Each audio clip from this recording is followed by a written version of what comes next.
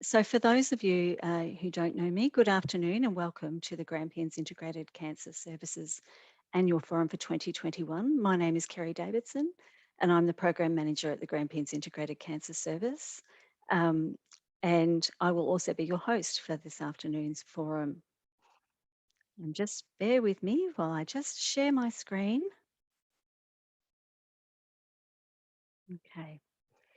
So we are very happy that we've had such great interest in this afternoon's forum. We've actually had over about 90 registrations and many people on the line today. So very exciting to see. And I think that's because we're very excited to present today's topic. I would like to just, sorry, I'm just making sure that my screen's moving with me. I would like to acknowledge the traditional custodians of the land on which we live and operate and gather. For me, the Wadawurrung people, and to recognise their continuing connection to land, water and community. I pay my respect to elders past, present and emerging and extend this to all Aboriginal and Torres Strait Islander people. What we have here in front of you today is our program. We are presenting a program in 3 parts today.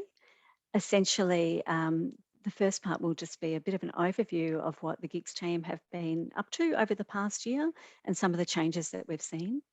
The second part is obviously the main feature of today's annual forum. And we're very excited to be able to host a conversation really. And we're hoping that this is an open conversation with a lot of audience participation and an opportunity to sort of talk about survivorship care.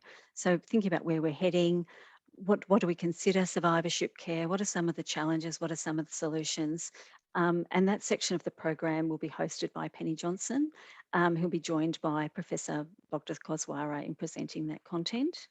The second part of that middle section will be, as I said, an opportunity for great audience participation. And we're really hoping that you join us in that dialogue by posing questions, observations and comments. And I will run through some housekeeping about how we're going to go about that closer to that section of the program. The final part of today's program is really probably an opportunity for a closer, more in-depth focus on a few of the GICS projects and activities that we've been progressing over the past year. Um, and I have to say that today's program is a fairly fluid one. And so whilst we've advertised that it will run through till 2 o'clock today, it is quite possible that we might finish early. As I said, we'll run through things and see how we go. But I know personally, if I'm gifted back any time in my day, I'm usually pretty happy to see that. Um, so I mentioned before that I would provide a bit of an overview of our team and our year and how that's been. Certainly, I think 2021 has been a year like no other, although that said, I think if I was sitting here this time last year, I probably would have said much the same thing. And unfortunately, we've continued on in a very similar vein. The issue, I guess, has been brought about by the pandemic, and not unlike probably the vast majority of us, we've had to pivot and work very differently as a team. That has meant that some of our activities have been placed on hold whilst stakeholders have been progressing other priority areas, or because of the nature of our work has changed. I have to say, very pleasingly, that it's provided us an opportunity to continue to improve the experiences of people with cancer in the Grampians region, be it in a different way. And we're very proud of the achievements that we've had over the past year. Further information about that is obviously included in our annual report, which we will be distributing amongst the network over the next couple of days. So the other thing I mentioned is it has been a changing time. We've seen many changes in our team structure. And I think, you know, it's been a year of us changing the work that we do and also how we've gone about it. So by way of farewells, I do take this opportunity to thank Joanne Gell, the Strategic Director at GICS up until December of last year. Jo provided amazing support and leadership during her time in the GICS team, and we are very grateful for that. So she left in December of last year. In April of this year, I formally took on the role of Program Manager at GICS. We have also seen some changes in the governance group, with Kate Pride taking on the role as governance group chair in May, and we thank Alex Demidov for the role that he played as the former chair for the 2 years previous to that. Um, I have to say, over the last year has been challenging, for the period up until August. From late or early June last year, we had a vacancy in the clinical director role. I'm very pleased to be able to announce today that we now have Dr. Wasek Faisal, who commenced in August, early August this year, and Dr. Fletcher Davies in a job share arrangement, who commenced in October, just now 2 weeks ago, in the clinical director role. We also have Kirsten, who commenced in a service improvement facilitator role in early August. So very happy to be in a position to say that we are a fully staffed team as I speak today. So we've talked about the pandemic, we've talked about our changing team composition. One of the other changes that we've seen in this past year has been a change in the approach. Many of you in the audience will know about the GICS implementation plan, and for others of you, it'll be new. Essentially, the plan was developed by the GICS network and released in May of this year. It aligns with the Victorian Cancer Action Plan and really is an opportunity to look at a 2-year piece of work over identifying 3 priority areas and 15 areas of activity within that, and really does provide an opportunity to look at collective effort through the sharing of resources and expertise to achieve impact at scale, or to really work at those issues that we see at a statewide level across the network, as well as those that we see individually within our own local area. Certainly, the GICS implementation plan is the basis for the development of our GICS work plan that we're working through. And for those of you who aren't so familiar with the GICS implementation plan, this is it. So certainly, in terms of the work that GICS are progressing, it actually aligns to many of these areas. For the interests of today, we will be focusing in on 2 of those areas. So really looking at the section around improving wellbeing and support for Victorians affected by cancer, with a further focus on facilitating high quality survivorship care. One of the other themes that I'm sure will be pertinent today, and certainly in the presentations from the GICS team later in today's program, is a real focus on supported self-management as a tool for delivery of good survivorship care. So certainly that is what we're hoping to achieve in terms of today's dialogue and today's forum. Which brings me to the main part of today's forum. And really, it's about having a conversation, or starting a conversation. The topic of the conversation is rethinking cancer survivorship. Where are we headed? This part of the program will be hosted by Penny Johnson, who will be joined by Professor Bogda Koswara in conversation. And what we're hoping to do is have a general conversation between Penny and Bogda. We absolutely want to open the floor and to hear the views and questions and comments of you, the audience. And so what I would like to encourage you to do, at the bottom of your screen, you'll see a Q&A function. We don't have a chat function today. But if I could please ask you, whilst Penny and Bogda are speaking and stimulating some thinking, that you might enter some thoughts in the Q&A section. We will then be having a facilitated Q&A, a reasonable amount of time in today's program to do that. And so if you would like to direct your question to either Bogda or Penny directly, please indicate that. And otherwise, we'll be working through the questions and perhaps providing comments from the different perspectives, from a clinician perspective and from a consumer perspective, in order to work through the different perspectives and the best way forward. In terms of, we will continue to ask those questions and answer them with the time that we have available today.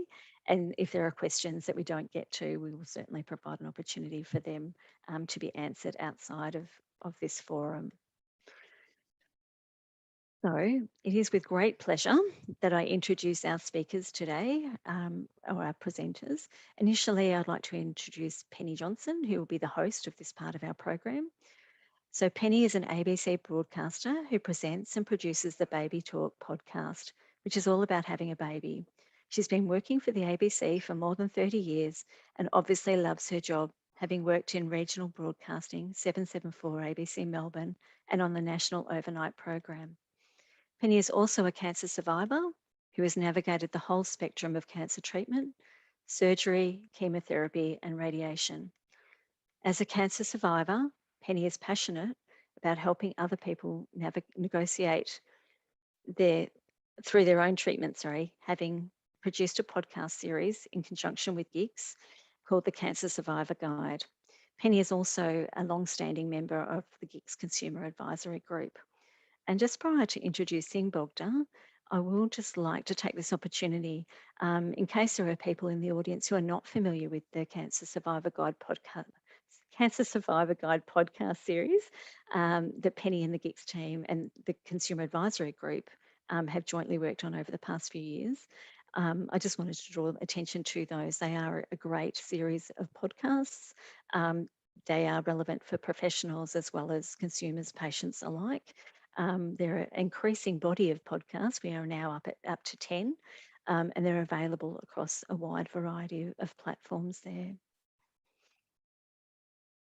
So it's also with great pleasure that I introduce Professor Bogda Koswara, who is a Senior Staff Specialist in Medical Oncology at the Flinders Medical Centre in Adelaide, Australia. She leads the Survivorship Research Program at Flinders University Health and Medical Research Institute and chairs the psychosocial group of the Multinational Association of Supportive Care in Cancer and leads the Global Partnership on Self-Management in Cancer. Professor Koswara is the past president of the Clinical Oncological Society of Australia, COSA, the peak professional organisation, the peak professional organisation in Australia. She is also the past president of the Medical Oncology Group of Australia, MOGA, the National Professional Organisation for Medical Oncologists. She's the initiator and immediate past chair of the Australia Asia Pacific Clinical Oncology Research Development, a collaborative international cancer organisation aimed at improving cancer research capacity in Australia and the Asia Pacific. Professor Koswara has been recognised as a member of the Order of Australia in January 2015 for her services to oncology through clinical practice, education and research, and through a range of professional organisations. And that was a really long bio, but it tells us the calibre of both of our presenters today, who I'm very pleased to be able to hand over to now to lead us through the next part of today's presentation.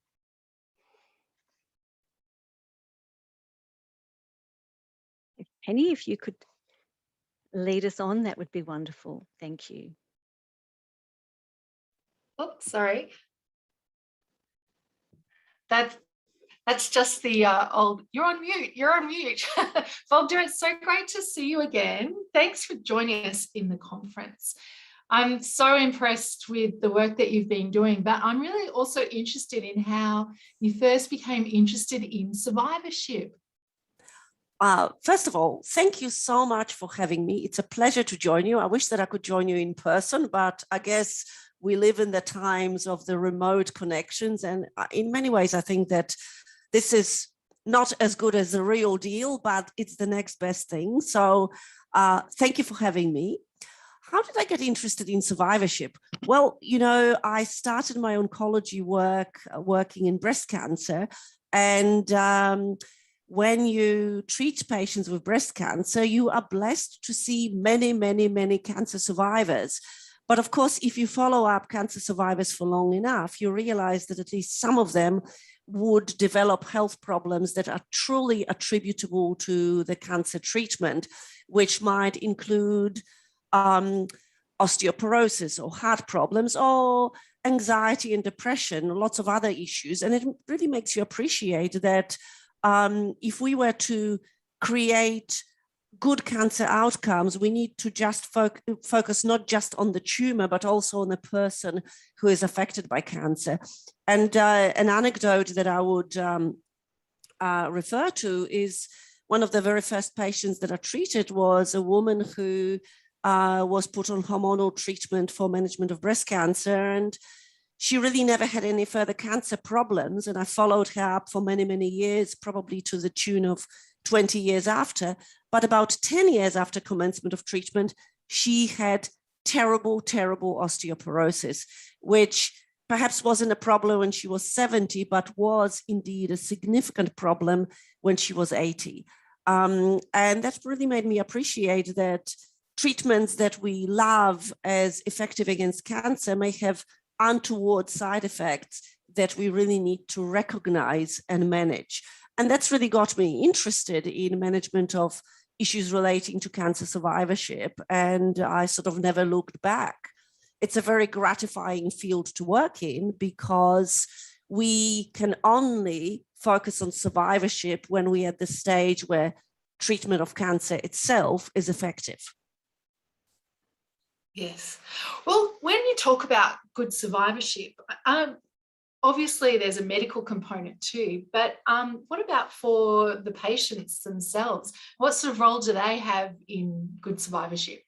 Well, thank you for the question. In fact, as I was sort of listening to the introduction here, which, yes, was a little bit long, Kerry, my apologies, I reflected on the fact that the way we approach discussion about survivorship today tells you something about how the field of survivorship has evolved, because today we're having a conversation about it. So 10 years ago, the survivorship would have been approached as in a didactic lecture, i.e., I, as a doctor, would tell you what needs to be done.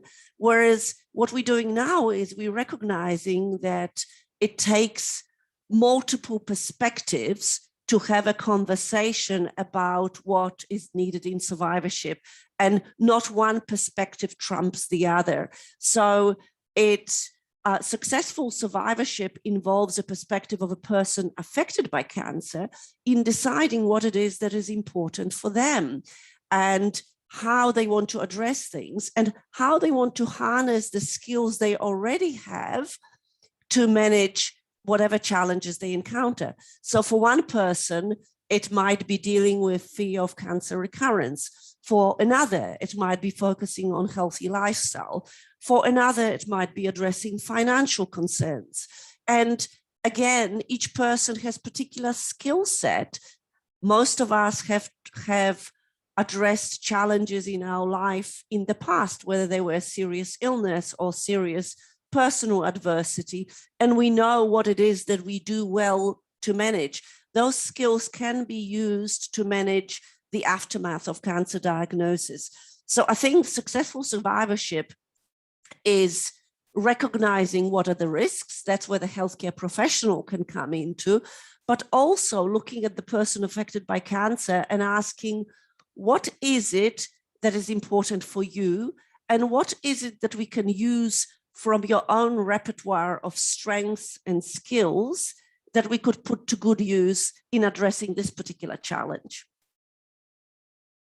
And I think that it's interesting that conversation could be different at the very start of your treatment and the end of your formalized treatment, because as a cancer patient, I know that initial diagnosis, all you hear is cancer, and you have no concept of anything except just getting rid of the cancer. So yeah, in a sense, it's kind of a bit of a futile conversation at the start.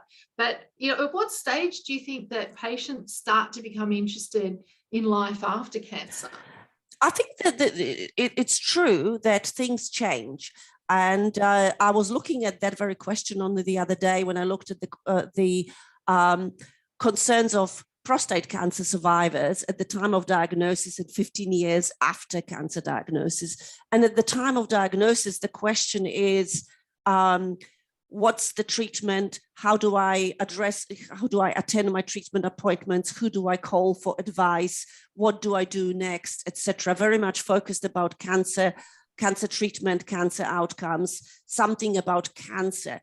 Whereas 15 years later, the concerns are, what is my new normal? What is survivorship all about? How do I manage my relationships? How do I manage my normal lifestyle? So there is no doubt that priorities change over time, and over time people recognize different issues and different concerns.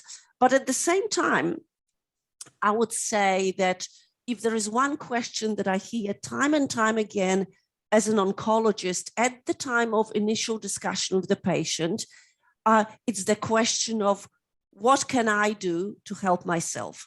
So if I talk to patients about cancer treatment, chemotherapy, or hormonal therapy, etc., I may say, well, this is what we're going to do. This is when we're going to start treatment. It will be that often with those treatments. And invariably, there'll be a question of what can I do? And at that time, as a healthcare professional, we have a choice. We can either say, and we often do, look, don't worry, we'll take care of everything for you, just turn up. Or we could say, this is what we can do, and this is what you can do. And it may be you need to alert us if something is not working for you. Don't assume that being nauseated is normal, or don't assume that you're meant to be fatigued and sit on the couch for the next 6 months. You can get some exercise. You can understand your diagnosis. You can work out how you can have, what is the definition of a healthy diet? What can you eat versus what maybe you shouldn't eat? You should keep an eye on your weight, because gaining weight during cancer treatment is not good. Losing weight during cancer treatment is not good either. Resorting to donuts is probably not a definition of a healthy diet. There is lots of things that patients can do that I have very little control of. I cannot control what's in their fridge, but I can give them access to resources of how to make over their fridge to their advantage. So I think that, again, it is a relationship between the healthcare team and the patient and their family and the community in trying to develop optimal partnership for their unique circumstances. Now, this is still reasonably new, because when I went through chemotherapy, and I'm trying to think, it's almost 8 years ago, there was still the relax, take it easy, don't do anything. We want to take care of it all, which was great.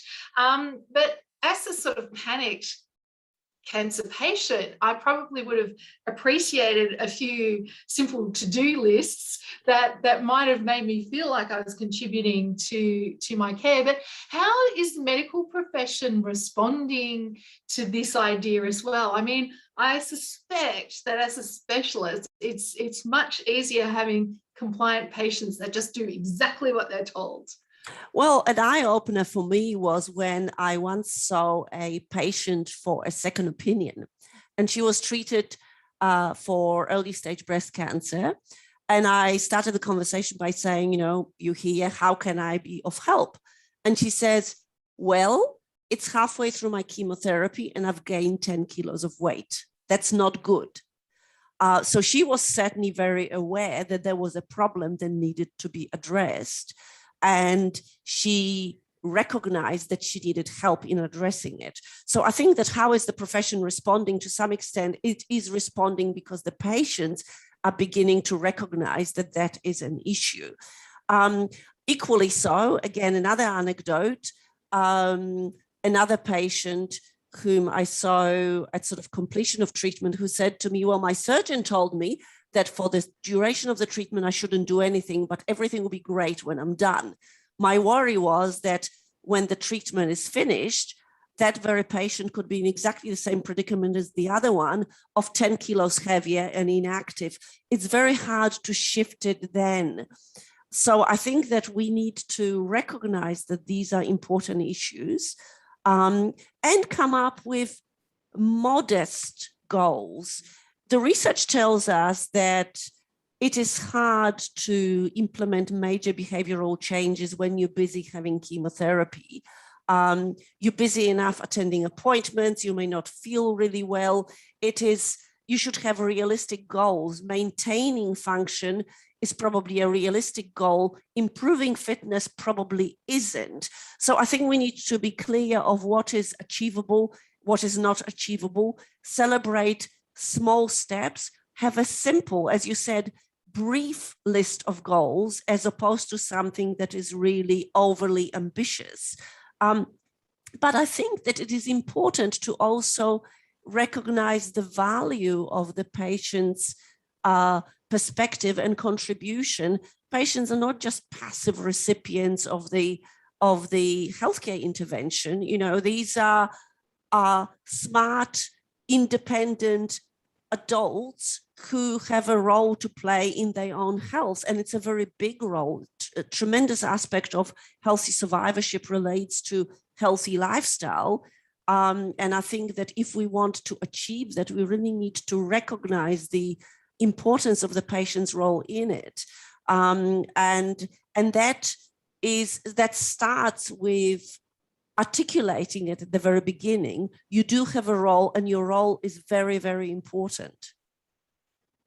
And you have a very captive audience when you have such a serious diagnosis. I mean, there's no better time to stop smoking or, you know, make a change that's going to improve your lifestyle and longevity. Absolutely. There is this term called the teachable moment, which is recognized in cancer, but also in other chronic diseases. You know, the cancer diagnosis is often a wake-up call. Perhaps I should spend more time doing other things, or change my lifestyle, or prioritize things, or quit that stressful job. It's a big change, and often it's very challenging, but I have seen some tremendous changes in people, professional and personal circumstances as a result of cancer diagnosis. And they are often very positive steps. I can think of one person who, a woman working in a very sort of stressful life, sort of in a work environment, who was single, had relatively limited social supports. And when I saw her with a diagnosis of lymphoma, she said to me, I cannot have cancer treatment. I don't have any supports. I don't have any financial reserves. You know, I just can't do this. It's all too hard. But with kind of harnessing whatever supports she had, she did go through her treatment. She had a very good response to treatment. In the end, she was cancer-free. And she sort of came back after completion of treatment and said, you know what? I've just learned that I can do this. And that means that I'm capable of so many other things. So I've decided to quit my job. And I think I'm just going to travel the world and see the world and learn new things. And that's exactly what she did. I don't necessarily recommend international travel today, or necessarily as the solution for, you know, all your existential woes, but it may be appropriate for some. And it certainly sort of speaks to the theme that, you know, the experience of cancer diagnosis will teach you of the amazing strengths that you may have within you. And those strengths, while we don't necessarily wish for cancer diagnosis to sort of to show them to us, once we've realized those, it's a wonderful opportunity to put them to use elsewhere. And I've certainly seen amazing acts of bravery and inspiration as a result of surviving cancer. Yeah, that is one of the amazing things. I suspect that all the people that think that your job is doom and gloom as an oncologist, you must see some amazing transformations, because having cancer sometimes is not the worst thing that's ever happened to you. It can be an amazing positive in your life. Absolutely. I couldn't ask for a better job. You know, I get paid to hang out with amazing people who do amazing things in, you know, ordinary people in extraordinary circumstances doing amazing things in their life. And I'm very privileged to witness that. And I have certainly learned a lot about my own life, my own circumstances. You know, oncologists in general are very happy people, because they're very aware of the hardships that many people face in their life. And I can tell you that from my perspective, it's not the cancer in itself that is the most tragic that I see. It's the cancer that occurs when you're alone. It's the loneliness. It's the tensions and abandonment within the family. That's what makes cancer tragic. And I think that I think that I can't think of any other discipline that is more rewarding than working in cancer. And I think that most people that work in cancer, whether they're doctors, nurses, dietitians, physios, social workers, they work in cancer because they feel that they have something useful to do, and they are incredibly privileged to work in that environment. So is there anything that needs to be lobbied for amongst the oncologists or the professionals that are treating cancer? Are they pretty much on board with the idea of good survivorship care? Look, I think that it would be fair to say that the concept of survivorship care is reasonably uniformly recognized in Australia. In fact, Australia is doing better than other countries with regards to the research in cancer survivorship. We have a very good network of researchers and collaborators across Australia. So I think that this sort of understanding of it is growing.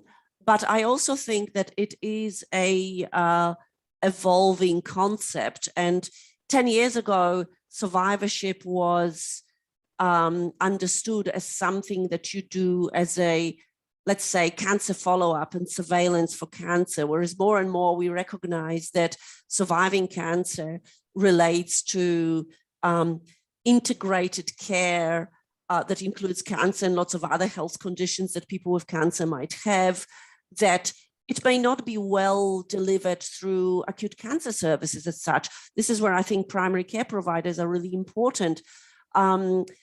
At least half of people with cancer have other health conditions. And in fact, there is more health conditions after cancer than before. So oncologists are not very good at managing cardiovascular disease or anxiety or depression or obesity for that matter. So I think that we need to rethink how we deliver survivorship care and take advantage of the skills of general practitioners, for example. So we need to sort of integrate the care a little bit better. We need to be better at harnessing the skills that the patient brings themselves. And I don't think that we're that good at it at the moment. We do not do that systematically in Australia or overseas for that matter. So I think that while we reasonably on board with the general principles of survivorship care, how we put them into practice at the coalface is something that requires further work. So I think that will certainly keep me busy for the next 10 years. Yeah. And what about patients? I mean, what role do they have in, really advocating for self-management? I mean, do most people want to get involved in that? Or do you get a lot of patients that just say, no, I'll just leave it to you, the professionals? Look, I think the first thing to say is that delegating to the health professional is an act of self-management as well. So in the same way as if you want to have your car serviced, you have a choice of tinkering under the bonnet yourself if you're good at it, or taking it to a very good mechanic. And both options are good, depending on your skills. So a self-management of a patient might be saying, I want my daughter to manage things, or I want my healthcare provider to manage this bit because I really don't want to. It's really kind of recognizing of what is in scope and what isn't. And I think that, I don't think that self-management should be perceived as a way of saying, well, the best way is the patient does everything and we'll just sort of observe it.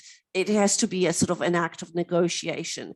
And I think that the patients in general do have a view of how they want to position themselves in their care delivery. And that view ranges. Some people want to be involved a lot. Some people want to be involved very little, and everything in between. And we should cater to all.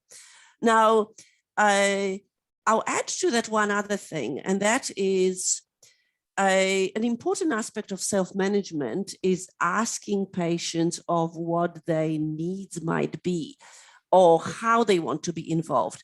That is a somewhat trickier bit because I feel Julie McCrossan, who many of you would know as a very inspiring and outspoken cancer advocate, uses the term of the courage to ask about patients' preferences, arguing that healthcare professionals sometimes do not have the courage to ask how the patient wants to be involved or what their needs are, because they might find something that they don't know how to fix. And I think there is some truth in it. There are some conditions, for example, peripheral neuropathy is something that we don't manage very well today. And I certainly have seen circumstances we just don't ask a lot about it because we don't know how to fix it. And maybe if we had the courage to ask more, we would discover that it's a common problem, and that would prompt us to try to be better at finding solutions to it. So I think that it is fair to say that we do not always have the courage to ask because we might be scared of the answer. And I would, with Julie, I would plead for more courage to ask and be okay with saying, well, I don't have the answer today, but I'll go and start looking for an answer. I think that's the honest way of responding. Yeah, I think that's really important. I think most patients would really respect that. Now, in my last question, we have to talk about the elephant in the room, which is COVID-19, and how has that really affected survivors and their involvement in treatment? Because I can't imagine what it would be like to go through treatment with hospitals sort of closed, no visitors, none of that beautiful in-person support. Look, it's interesting, and I must say that it depends a little bit from what angle you look at it. And as you are in rural Victoria, your perspective might be a little bit different to Metro Victoria and a little bit different to Metro Adelaide. And for all of us, it's a bit of a moving target. But as I think about the pandemic, we've gone through so many different phases. The initial phase of the pandemic internationally was the phase of great tragedy and deprivation internationally, and perhaps a little bit less so in Australia, but a lot of anxiety and some of the restrictions that patients have experienced as a result of the pandemic, with inability to see their loved ones or to visit and so on, has been quite tragic. The access to healthcare providers, including primary care providers, the access to face-to-face consultation has been quite challenging. Having said that, the services have really sort of pivoted into the online delivery very quickly. And if anyway, that really has paved the way at recognition that telemedicine is potentially a very effective avenue to service delivery, which might overcome some of the access barriers. And that's a very positive finding.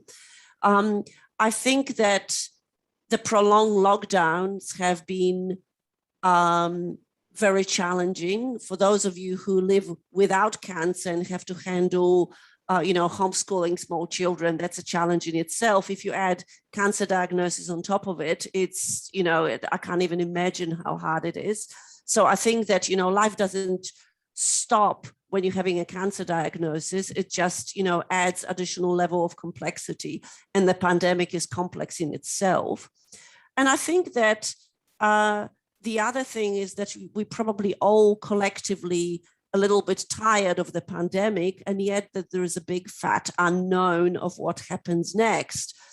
In South Australia, we've been very blessed with relatively modest impact of the pandemic so far, which meant that convincing some of my patients to be vaccinated has been an interesting challenge because they felt that they have time to wait. Now, what's happening now is our circumstances will surely change, and we have no idea what that means. And I think that, I think that collectively all around the world, we're a little bit worn out. And I think that that's sort of the way that I try to get my head around it is by focusing on what it is that is the positive that we have learned from the pandemic. And the fact that we can have a conversation on Zoom today is by far the positive. And we should have more and more conversations and not be limited by the barriers of geography. And I think that's a very, very positive outcome of the challenge of the pandemic. The negative is phenomenal amount of grief and deprivation that we will be living with for years to come. And I'm sure that that grief and deprivation and tragedy is amplified many, many times for those people who are living with the experience of cancer today. And I think that this will be something that will be a lasting legacy that that will take quite a long time to get over. Yes, and the idea that so many people have put off their screenings and early detection rates are probably very well down at the moment. That seems like a really negative way to end the discussion that you and I are having. That there are definitely some questions, so we should hand back to Kerry and get to some of those questions. It's so great, Bogdan, but I do have to say, I don't think you can underestimate the value of cake during chemotherapy. It's a very important ingredient to getting through. Oh, I don't think you can underestimate the value of cake in any circumstances. Okay. Thank you very much, Bogdan and Penny, for a very insightful and thought-provoking presentation. It certainly resonated with me, and I'm sure it did for many in the audience. And it has raised a number of themes and challenges and the things that we commonly face. So I really think there's been great value in starting this conversation. As you rightly pointed out, Penny, we do have some questions that we've received through. If there are further questions or there are things that through answering the next series of questions that it prompts you to think of something, please feel free to keep them going. We certainly do have some time, and I think it's such a wonderful opportunity when we've got Penny and Bogdan with us to be able to direct our questions to them. We should avail ourselves of that. But for this section of the program, I'm actually going to hand over to Kirsten to facilitate the Q&A and pose some of the questions that have been asked. Thanks for that, Kerry, and thanks again to Bogdan and Penny. That was a very thought-provoking conversation. So what I'll do now is I'll go through the questions and I'll read them out, and we'll let our presenters answer them. So the first one is from Wasek, and he says, "Hi Bogdan, such a privilege to be able to have you on this forum and learn from your experience and expertise on survivorship. I would be interested in your thoughts on aspects of survivorship care in cancers with short and poor prognosis, so lung, pancreas, etc., compared to breast and prostate, where they live longer." That's a very important point. And I think until probably a few years ago, the concept of survivorship of people living with metastatic disease had really not emerged. But now there is more and more recognition that survivorship is just as relevant to people living with advanced cancer than those living with early stage cancer. And in fact, what you may reflect on the fact that some of the cancers that had been considered having very poor prognosis, like lung cancer, now have better cancer treatments where their life expectancy might be longer. So I think that the general principles of survivorship apply to people with any cancer. However, how you tackle the survivorship depends a little bit of what are the expectations of the disease trajectory. So a person who let's say, might have a very limited life expectancy may not be appropriately encouraged to engage in interventions that might reduce the risk of, let's say, cardiovascular disease that could occur 10 years down the track if the life expectancy for cancer is not going to be 10 years. So I think that the general principles ultimately is the issue of survivorship is about living well after the diagnosis of cancer. And living well has got really two components to it. One is having some sense of control of how the person lives. So the agency of the person affected by cancer. And the second one, having an integrated holistic approach to the health. So a person with lung cancer might be asked, how do you want to be involved in your care? What's important for you? What are your goals within the life expectancy that we estimate for your condition? And secondly, how do we integrate the healthcare for your condition and whatever else matters in your life, whether this is social circumstances, practical circumstances, comorbidities, etc. So if you start with those two questions, that will define how you approach survivorship for that person, irrespective of what condition they have. Yeah, great. Thank you for that. Another question here is from Glenn. When it comes to survivorship, what would be the best piece of advice you would give a healthcare professional? I guess I'll probably follow up with what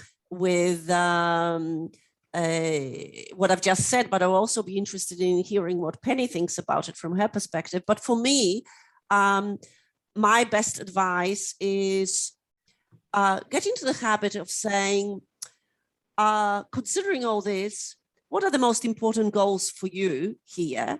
And don't be afraid to hear the answer. Penny? Yeah, I think I would agree with that. And I think that I'm amazed that health professionals sometimes are really worried about the random questions that we patients could ask. You know, very often you might be projecting what you think I'm going to ask, and it's something sort of quite different, I guess. And yeah, I think yeah, no, I think having that conversation, and I guess a lot of that is dependent on time as well. It's always really sort of, I know that you have massive workloads and huge lists of people to get through, but I've always found, out of all the medical professionals that I've consulted with, that the oncologists are by far the best, the most caring, the most willing to share time and expertise. And you can always say, look, I don't know the answer, or I don't have the time to get into this in detail, but we could set the time later. I think it's, you know, we tend to be a little bit anxious that we need to have this perfectly formed recipe when asked. But the fact is, it's okay to say, you know, I don't know, but I know where to look it up, and I'll get back to you next week. Yeah, and I'd respect that as an answer as well. I would have more faith in someone saying, I'm not entirely sure, but let me get back to you. Great, thank you. Another question here is, what term should we use instead of survivorship or cancer survivor? Many people don't like this term. Interesting. So first of all, I think that the term survivorship as a field of research or study is a fair game, because it kind of describes the area of research or clinical practice that we work in. Now, not everybody wishes to be described as cancer survivor. Different people pick different terms. I tend to like the term people with the history of cancer. And because that kind of does not presuppose anything, it doesn't assume that you have cancer, not have cancer, or whatever. But people pick whatever the term they like, and they usually, you know, people don't like being categorized in any particular way. So I think they can pick whatever they like. I think that it's almost unfortunate that the field of survivorship implies that you can call a person a survivor. I don't think that one follows necessarily in the same way as that I probably wouldn't call people cancer patients. They're people who might have a diagnosis of cancer as opposed to being cancer people. So I think that we should probably try to avoid labeling people with anything, just reserve the term to describe the field of study. Great. Yeah, I want to weigh in here too, because I really like the term survivor. And I can remember finding out that you are classified as a survivor when you're first diagnosed. And I mean, you have a bit of a love-hate relationship with all the terms that go with it. I know when I was first diagnosed, I didn't want to tell people about it. I didn't want to be known as, you know, the cancer person. I found that really terrifying, and I wanted to be really quite private about my disease. But you know, as time has gone on and through the treatment, and probably through the gentle care of the people that were looking after me, it changed. My relationship with the term changed, and I'm proud of being a cancer survivor. But I do get that other people can't stand the term, as in the same way people can't stand the term journey or battling cancer. There's a lot of discussion about battling cancer. So because cancer affects so many different people from different walks of life, different attitudes, different takes on the whole thing. So yeah, I guess there's always going to be you'll never find a term that everybody loves. Very true. And another question here for you too, Penny. If there was one thing you would like to see the healthcare system respond to in survivorship, what would it be? Oh, just one thing. Or more. Sorry. Come on, name three. Oh, okay. Well, I think that it's doing that. I remember I'm so impressed with the developments of exercise during chemotherapy that, you know, I wish that was there for me. I not as a criticism of my team. I mean, it was just the way the treatment ran for me, that I wasn't, you know, I was asked just to sort of relax and not do anything during chemotherapy. And I sort of wished that I had that exercise option. That would have been very meaningful for me. But then, you know, I don't know how necessarily would have gone, because I kept getting very neutropenic in my treatment. So it might have done more harm than good. I really, really enjoy the, oh my goodness, somebody's at the door. And I really enjoy listening to Bob to talk about things like sort of diet changes that you could make. I guess the ability to be sort of slightly more involved in your treatment, being able to understand that. But then again, that's not for everybody either. So it's really hard to have a one size fits all solution, I guess. Yeah, definitely. And it kind of leads into a question here about self-management. So is survivorship care and people's ability to self-manage being impacted by the pandemic? Yes and no, I think. To some extent, now that we can't see each other face to face, I'm more likely to get messages by email or by text messages from patients. Patients send me photos of their skin lesions, etc. So I think we've embraced technology a little bit better. I think that the mental burden of the pandemic makes life difficult in general and makes self-management more difficult. And access to services face-to-face has certainly been impacted by the pandemic. We have a wellness center at the Flinders Medical Center, which was really sort of open in February 2020. And guess what happened in March 2020? It just got shut until about, 3 months ago. So supporting people in self-management was much impacted by the pandemic. So I think pandemic makes everything harder. But at the same time, we can probably learn few useful tricks that will come handy too. Yeah, definitely. All right, well, thank you so much for that. So that's the questions for now. So I will hand this back over to Kerry. Thank you. Thank you very much. Sorry, I'll just bring my notes up. And thank you very much, Bogda and Penny, and for Kirsten to leading that part of that program, which really brings us into the final section of today's program. And certainly I think that those questions have been really stimulating, and I hope that they have stimulated some thoughts and ideas for people going forward. into your daily practice. So with the time we have got remaining, really the plan is to highlight some of the examples of work that GICS have been progressing in partnership with a range of different stakeholders, sometimes consumers, clinicians, health services, and often all. So the underlying premise and the common thread of some of these projects is really around that notion of supported self-management that we've been exploring a little bit today. When we talk about supported self-management from our perspective as a team, it really is about personalising care, ensuring that the patient, where possible, is control over what matters to them in their life. And that we're considering people's unique strengths and needs and really providing services that wrap around and support them where they need that. The projects that we are going to highlight, the 3 projects today, have a common theme that runs through them.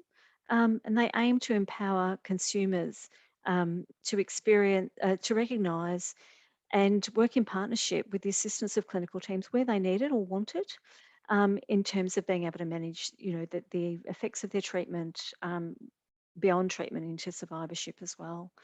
The other common thread, obviously, with these projects, as it is with many of the projects that the GICS team are supporting, is around care outside of hospital walls and care that's closer to home wherever it's possible, as a common theme, as I said, that runs through. So the first of the 3 projects that we're wanting to perhaps have a broader focus on highlighting today is going to be presented to us by Carmel O'Kane. And while I'm introducing Carmel and doing her bio, I might just ask her to get ready to share her presentation for us so that we can run through smoothly. So for those of you who don't know Carmel, Carmel has been a cancer nurse since 1995, having formerly managed the Peninsula Health Service Cancer Unit until 2011, when she relocated to the Wimmera as a nurse practitioner candidate, completing a Masters of Nursing in 2012. So I'm a bit distracted by... Oh no, that's okay. I was just making sure that I hadn't missed anything in the background. I just see that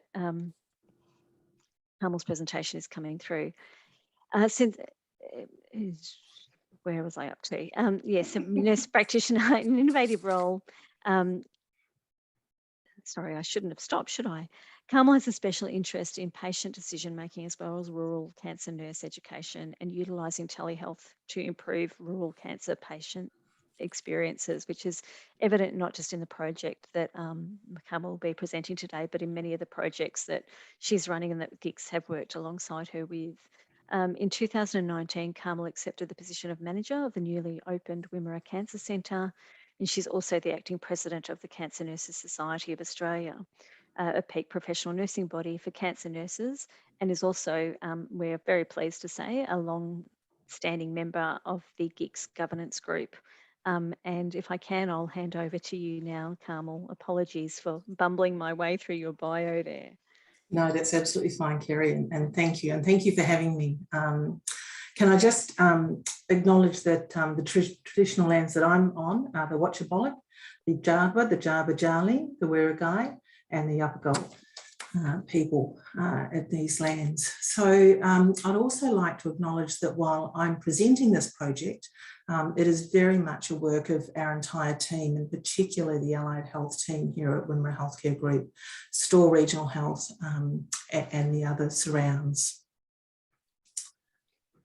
So we're going to talk about the program we've done, our experience with supporting patients to live well during and after cancer treatment. As it's been noted by Bogda and Penny, that survivorship care starts at the very beginning of diagnosis and not just at the end.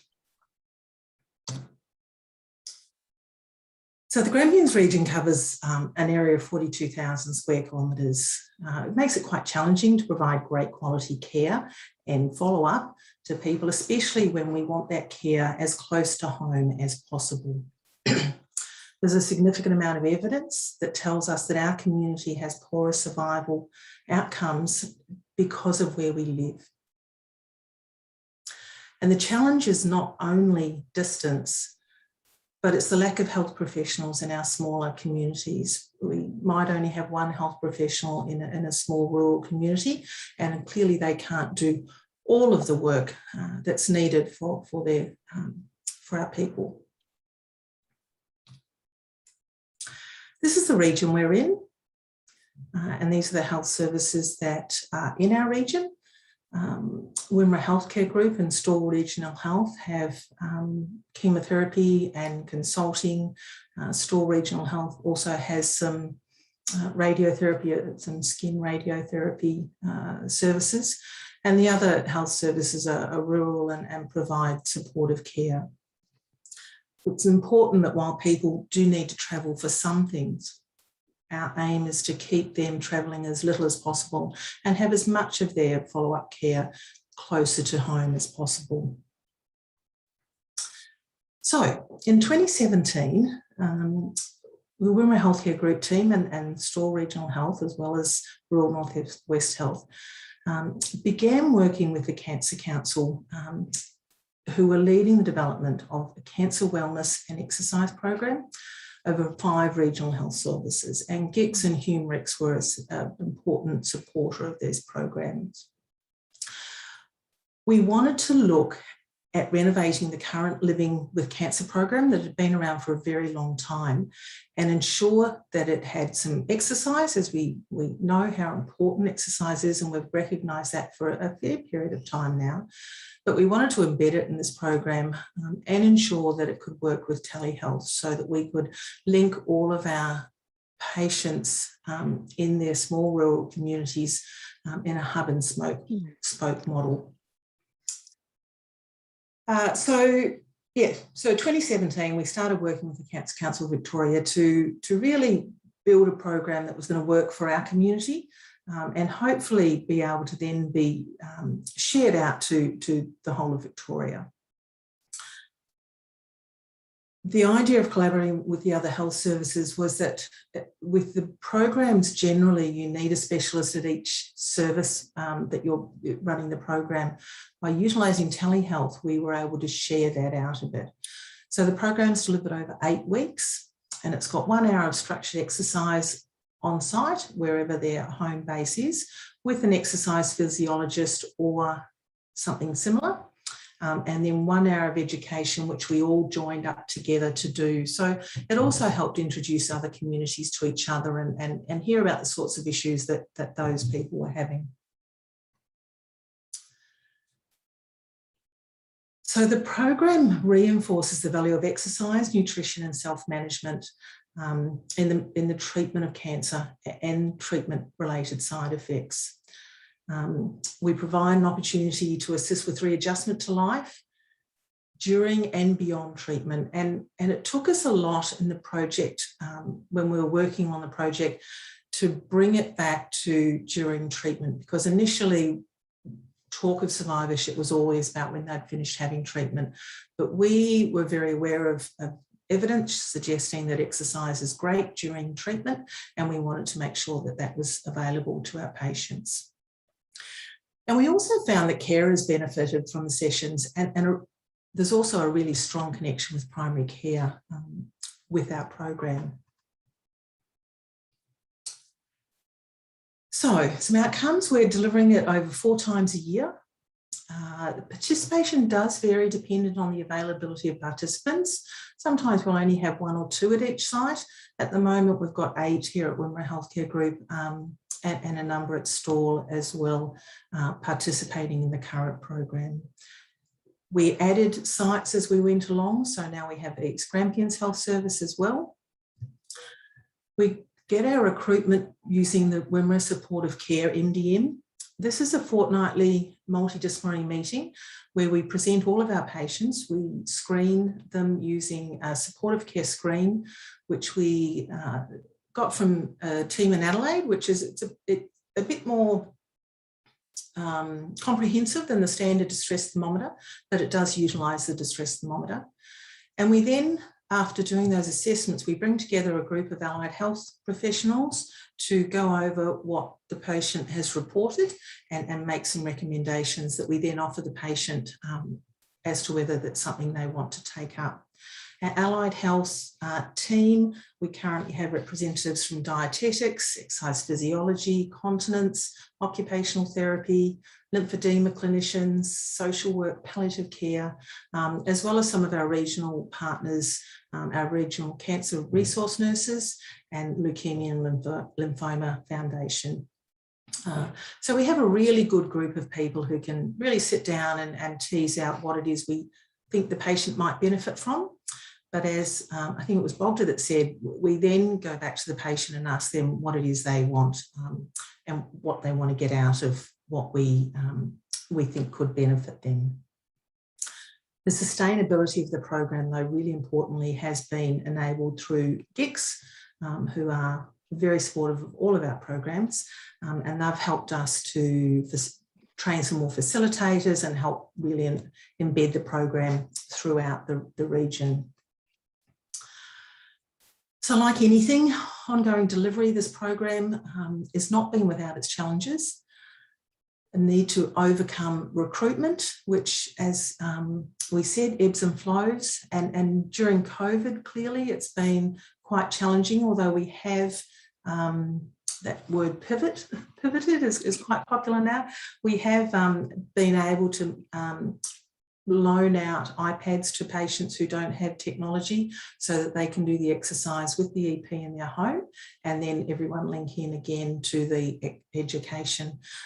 We actually, when we had that little lull of COVID earlier this year, we had our patients being very vocal in saying that they wanted to get back face to face, whereas our infection control teams were trying very hard to keep them in their homes, but they were really really strongly encouraging us to let them meet face to face. And we did allow them there was some meeting face to face.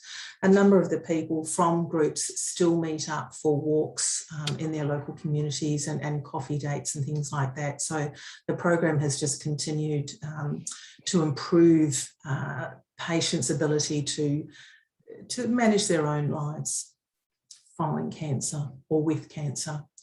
So our next steps are just continuing to embed it and try to increase our numbers. We would, of course, like to continue to increase the number of sites participating and perhaps work out a better way to do it at home. At the moment, if people don't have iPads and things, we take it out for them to use for the day and then bring it back at the end of the day, which is a very resource-intensive process. So we're working on how we can do that better. And then I will stop sharing that. And is time for questions, or is it someone else's turn? We might hold off questions to the end, Carmel, and just in the interest of time. And if people do have questions, if you could pose them in the chat. But otherwise, we might move on to the next section of the program, if that's all right. Thank you. Thanks very much, Carmel, for that presentation. The next project that we do want to highlight has some overlap with the project that Carmel has just been speaking with you about, in that it refers to the well-established Wimmera Supportive Care MDM. And this project is associated with essentially supporting patients returning home to the Wimmera post the completion of their radiotherapy treatment in Ballarat. This presentation is actually in video form, and I'll ask Vicky if she could play that for us now.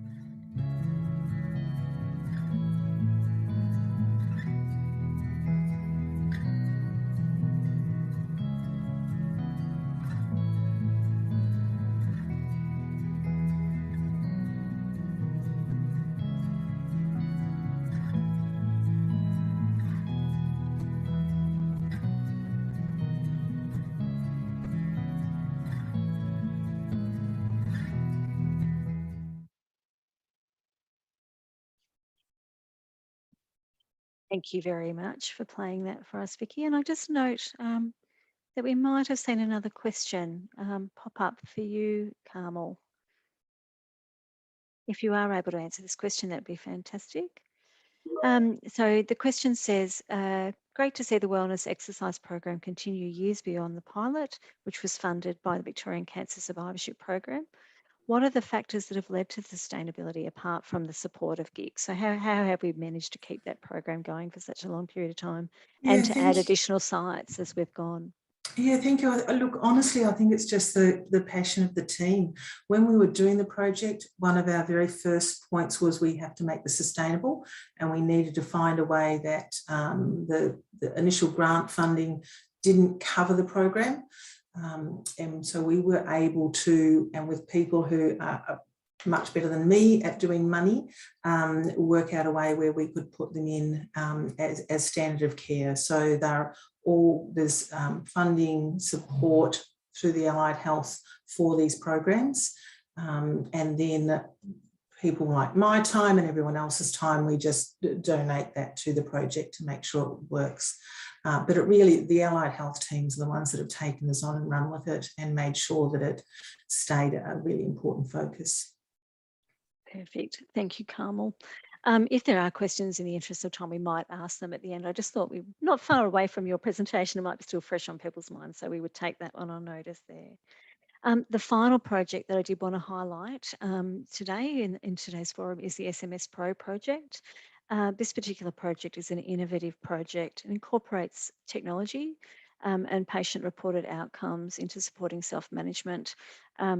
Patient-reported outcomes provide us a measure to be able to capture people's own perceptions really about how they're travelling through the use of questionnaires.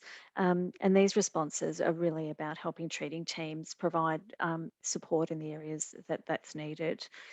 So again, another brief video presentation for you today, and I'll pass over to Vicky to play that for us, please.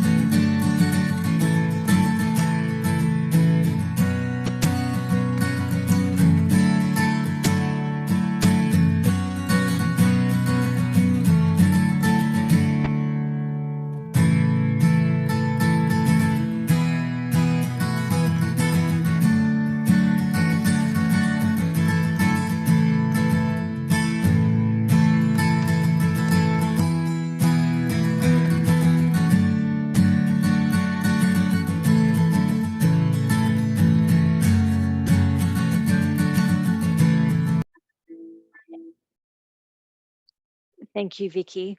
And essentially that really brings our program to a close today. We are very grateful to have had so many people attend our forum today. I think I noticed 73 at the height of our forum, which was a fabulous thing to see. People getting involved in this dialogue, which is what we really had hoped to do. Really wanted to take this opportunity to thank our speakers for their informative and thought-provoking presentations and the insights that they shared as part of that. Given that we have finished a little bit early, I really hope that that provides us some time for you to just answer some brief, I think there's 3 questions in the evaluation for us today. It would be really useful for us in planning for future forums to know what has been useful for people and to get some sense of how we might plan our next forum. So essentially, once I end today's forum, so if you could wait for me to do that formally, it will then prompt you to fill out a brief questionnaire. So once again, thank you everybody for your attendance today. Bye-bye.